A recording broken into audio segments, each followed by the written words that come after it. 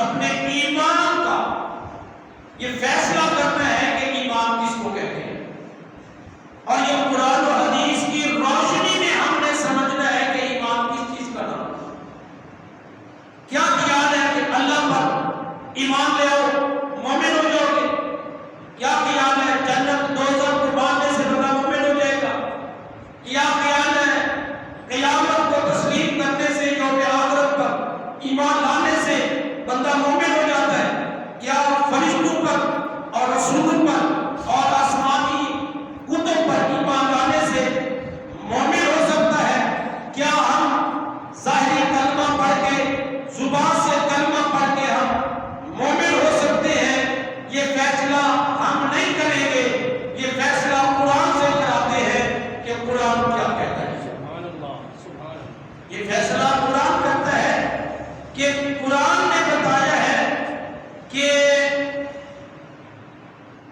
اصل میں مومن کون ہے۔ جب تک ہمیں اس بارے میں علم نہیں آئے گا ہم اس طرح کوئی کاوش اور کوشش اور سعی نہیں کر پائیں گے۔ یقیناً جب ہمیں حقیقت کا علم ہوگا کہ اگر ہم ایک اچھا انسان یا ایک مومن ثابت ہونا چاہتے ہیں اور کھلے سچے مومن کے لیے کیا چیزیں لازم ہیں اور کس بات پہ وہ مومن حق کہلاتا ہے، تو یقیناً جب اس بات کا ہمیں علم آ جائے گا تو کوئی شخص بھی اس سے ہٹ کر کوئی بات سننے کے لیے تیار نہیں ہے۔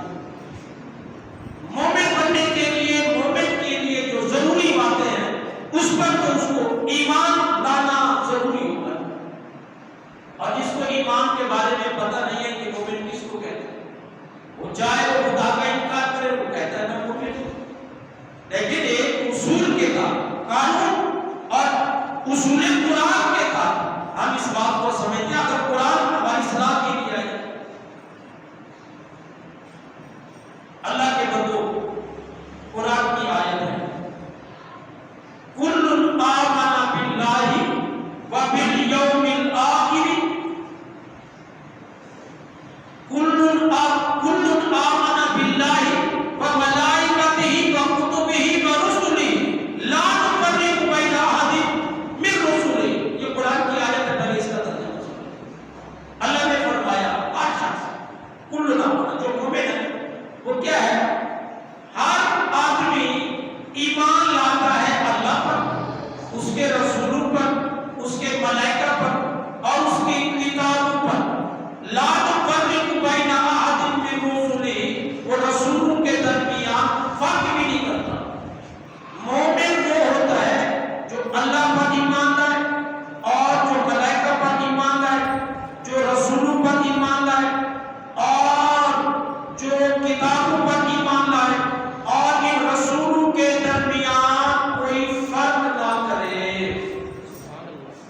فرق کس چیز کا یہاں تو ڈیٹیل نہیں ہے لوگوں، فرق یہ ہے کہ نفس نبوت میں سارے نبی ہیں، اس میں کوئی فرق نہیں ہے، کوئی اونچ نیچ نہیں ہے۔ آدم سے لے کر میرے نبی تک نبی ہونے میں سب برابر ہے۔ اور نفس رسالت میں کہ ان کا رسول ہونا یہ بھی برابر ہے، رسول ہونے میں کوئی اونچ نیچ نہیں ہے۔ ہاں، مراتب میں رب نے ایک دوسرے سے بلند و بالا درجہ عطا فرمایا ہے۔ تلک الرسل فضلنا بعضهم علی بعض، فضیلت اللہ نے ایک دوسرے پر دی ہے، فضیلت پر بھی ایمان لانا یہ قرآن کی آیت ہے۔ لیکن نفس نبوت، نفس رسالت پر کہ رسول ہونے میں سب برابر، نبی ہونے میں سب برابر ہے، یہ اللہ نے قرآن میں ارشاد فرمایا۔